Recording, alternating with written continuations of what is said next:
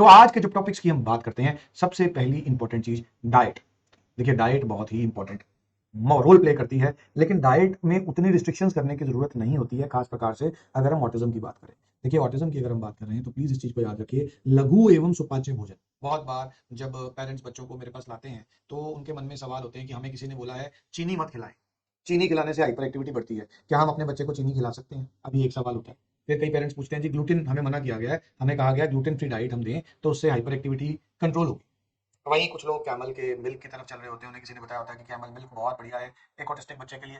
इस प्रकार से अलग अलग अवधारणाएं, हालांकि इन अवधारणाओं में कुछ रिसर्चेस भी हुई हैं जो उतनी ज्यादा क्लियर कट रिसर्चेस नहीं है। उन अवधारणाओं के अनुसार पेरेंट्स को गाइड किया जाता है और पेरेंट्स उसे फॉलो भी करते हैं। कुछ पेरेंट्स को उससे कुछ लाभ देखने को मिलते हैं, वहीं कुछ पेरेंट्स को कोई खासा अंतर नजर नहीं आता है। तो यहाँ सवाल होता है कि आयुर्वेद क्या मानता है? मिल्क भी कुछ लोग बोल देते हैं कि नहीं देना चाहिए, लैक्टोज ना दो। तो मैं बताना चाहूंगा एक एक करके हम इन पॉइंट्स पे आते हैं। सबसे पहली बात आ जाती है शुगर। देखिए जब हम मधुर रस की बात करते हैं, आयुर्वेद ये मानता है मधुर अम्ल लवण कटु तिक्त कषाय।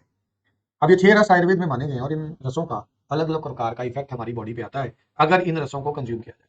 तो इसमें से मधुर रस वायु का शमन करने वाला रस और पित्त का शामक रस। मधुर रस लेने से, मीठी चीज लेने से वायु भी शामित होता है, पित्त भी शामित होती है। मेजोरिटी ऑटिस्टिक बच्चों में वायु भी बड़ा होता है, पित्त भी बड़ा होता है। लेकिन यहाँ ध्यान देने वाली बात है कि यहाँ मधुर रस द्रव्यों की बात की गई है। मधुर रस द्रव्य मतलब मीठे फल, वो चीजें जो नेचुरली मीठी हैं, वो अगर आप लेते हैं तो कहीं ना कहीं पे वो आपके बच्चे के लिए बुरे नहीं है। हाँ, शुगर की जब हम बात करते हैं तो शुगर में नेचुरल शुगर क्या आ जाएगी? नेचुरल शुगर आ जाएगी जब हम केन जूस से आगे गुड़ बनाते हैं, शक्कर बनाते हैं, वो प्रेफरेबली बेटर है एज कम्पेयर टू चीनी। तो अगर आप शक्कर का इस्तेमाल कर सकते हैं, वो कंप्लीटली सिंथेटिक शुगर जो है उसको इस्तेमाल करने से बेटर है आपके बच्चे को। अगर हम चीनी का मजा भी देना चाहते हैं और उसके साथ साथ हम ये भी चाहते हैं कि हाइपर एक्टिविटी कंट्रोल में रहे, बट अदरवाइज अगर आप नॉर्मल शुगर भी दे रहे हैं, मेरी तरफ से आयुर्वेद में ऐसा कहीं पर भी वर्णित नहीं है कि हमें उसे बंद करने की जरूरत है, ना ही मैंने कोई बहुत अधिक हाइपर एक्टिविटी को बढ़ते देखा है चीनी को देने से। सो अगर आप आयुर्वेद में बिलीव करते हैं, अगर आप हमारा इलाज करवा रहे हैं, नहीं करवा रहे हैं, केवल लाइफ भी हमारे कहने के अनुसार अगर आप फॉलो कर रहे हैं, तो आपको शुगर को बंद करने के लिए ऐसी कोई अनिवार्यता नहीं है। बात करते हैं ग्लूटेन की। अब ग्लूटेन, ग्लूटेन क्या है? ग्लूटेन हम अक्सर देखते हैं आजकल तो बहुत से बच्चों को व्हीट एलर्जी हुई होती है, टीटीजी उनका जो होता है वो पॉजिटिव आ गया होता है और उन्हें बिना किसी कारण से भी, ऑटिस्ट बिना कारण का मतलब है कि ऑटिस्टिक नहीं होते, हाइपर एक्टिव नहीं होते तब भी, क्योंकि वो ग्लूटेन के साथ एलर्जिक होते हैं। इसी कारण से उन्हें बोल दिया जाता है कि आप जो है वो ग्लूटेन फ्री व्हीट लीजिए। तो लोग लेते भी हैं, बट ऑनेस्टली स्पीकिंग अगेन इसका हाइपर एक्टिविटी से बहुत अधिक ताल्लुक नहीं है। हुआ क्या है, आज जेनेटिकली मॉडिफाइड क्रॉप्स प्रोड्यूस की जाती है। जब जेनेटिकली मॉडिफाइड क्रॉप्स प्रोड्यूस की जा रही है, वो अन्न इजीली क्या कहते हैं, जो बाहर के जो इंसेक्ट्स हैं, पेस्ट्स हैं, जो क्रॉप्स पे अटैक करते हैं, उनसे फाइट कर लेते हैं और एक फार्मर को, एक किसान को बढ़िया यील्ड मिलता है क्रॉप का, जब वो एक नई किस्म की क्रॉप्स जो है वो लेते हैं। जब ग्रीन रेवोल्यूशन आया तो जेनेटिक मॉडिफिकेशन क्रॉप्स में स्टार्ट हुई, लेकिन उसके कई प्रकार के नुकसान हैं।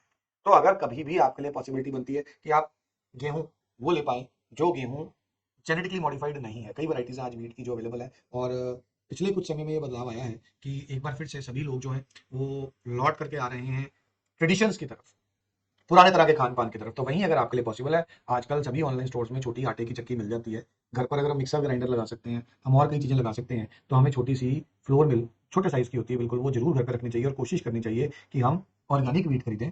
ऑर्गेनिक वीट को हम यूज करें पूरे परिवार के लिए, सिर्फ इसी के लिए नहीं कि बच्चा ऑटिस्टिक है तो हमें वो इस्तेमाल करना है, सारे परिवार के लिए ही। वो बहुत सी केमिकल्स वाली वीट लेनी, फिर कितनी कितनी देर तक स्टोर, गेहूं के बाद आटे का वो सारा कुछ करना, मतलब बजाय कि आप किसी पे फेथ कर रहे हैं, अगर आप खुद घर पर आटा निकाल रहे हैं अपना, इतने गैजेट्स हमने किचन में और सजा कर रखे हैं, तो अगर एक छोटी सी फ्लोर मिल भी पर्सनल यूज वाली रख लें तो उसमें कोई बुराई नहीं है। तो वो हमें इस्तेमाल करनी चाहिए ताकि हम इजीली डिजेस्टेबल अन्न जो है बच्चे को दे पाए। चावल जब भी कभी आप बनाएं एक ऑटिस्टिक बच्चे के लिए, स्टार्च फ्री राइस बना लें। चावल का पानी पहला उबाल कर फेंक देता है, जब स्टार्च निकल जाती है, स्टार्च फ्री राइस आप देते हैं, तो कहीं ना कहीं वो बच्चे के लिए आपके अधिक लाभकारी है, more easily जो है वो digestible है। हम आगे चलते हैं और नेक्स्ट हम बात कर रहे हैं कैमल मिल्क की। क्या कैमल मिल्क से हाइपर एक्टिविटी कंट्रोल में आती है? तो देखिए बताना चाहूंगा, मेरे केस में जो ऑटिस्टिक बच्चों को मैं एडवाइस करता हूँ, जो हमारी ट्रेडिशनल काऊ है उसका, क्योंकि हमने सिर्फ हाइपर एक्टिविटी कंट्रोल नहीं करनी है, हमारा मकसद है बच्चे को अधिक समझदार बनाना। जीवनीय गणों में दूध को श्रेष्ठ माना गया है। जीवनीय गण मतलब जीवन का यापन करने वाली चीज। आचार्य वाघ भट्ट ने यह कहा है कि जीवनीय गणों में दुग्ध श्रेष्ठ है, तो इसका मतलब दूध का पीना इंसान के लिए बढ़िया है। जो आज की थ्योरीज आ जाती हैं, कई लोग बोलते हैं जी दूध तो बछड़े के लिए बना है, दूध को मत पियो, वो गलत है। और लकीली एक बार फिर दोबारा से लोग ट्रेडिशनल काउज मिल्क पे आ रहे हैं। बहुत सी कंपनीज हैं जो आज आपको ट्रेडिशनल घी अवेलेबल करवा देती हैं, काऊ जो पुरानी वाली देसी गाय थी उसका दूध अवेलेबल करवा देती हैं। तो कोशिश कीजिए ट्रेडिशनल काउ का जो मिल्क है वो अपने घरों में इस्तेमाल कीजिए, बजाय भैंस का दूध इस्तेमाल करने से, या फिर इतना ज्यादा स्पेशलाइज चले जाने से कि आप कैमल का दूध अरेंज करवा रहे हैं। ऐसा कोई खास जो है वो जरूरत नहीं है उस चीज की। तो इसके बाद फल आ जाते हैं, क्या ऑटिस्टिक बच्चों को फल दिए जा सकते हैं? तो यहाँ याद रखिए, ऑटिस्टिक बच्चों को सारे फल दिए जा सकते हैं, लेकिन खास तौर पे खरबूजा, तरबूज जो ऐसे शीतलता देने वाले फल हैं वो ऑटिस्टिक बच्चों के लिए बहुत अच्छे हैं, तो वो आप जरूर दीजिए। वरना किसी भी प्रकार का फल जो मसालों से नहीं पकाया गया है, क्योंकि आजकल बहुत से फल ऐसे भी जिनको बहुत से मसालों से पकाया जाता है, जैसे मसलना बनानास ले लीजिए, कुछ प्रकार के मैंगोज ले लीजिए, तो वहां पे थोड़ा सा हमें उन्हें अवॉइड करना है, क्योंकि फल तो नुकसान नहीं करेगा, लेकिन उसके अंदर जो उसे प्रोसेस करने के लिए इथिलीन यूज की गई है, अगर एक्सेसिव खाया जाएगा तो वो शरीर के अंदर जाएगी। अदरवाइज फल बहुत बढ़िया है जी आपके ऑटिस्टिक बच्चे के लिए और एक नॉर्मल बच्चे के लिए। Call now to connect with world's senior most Ayurvedic healer, Dr. Navdeep Sharma.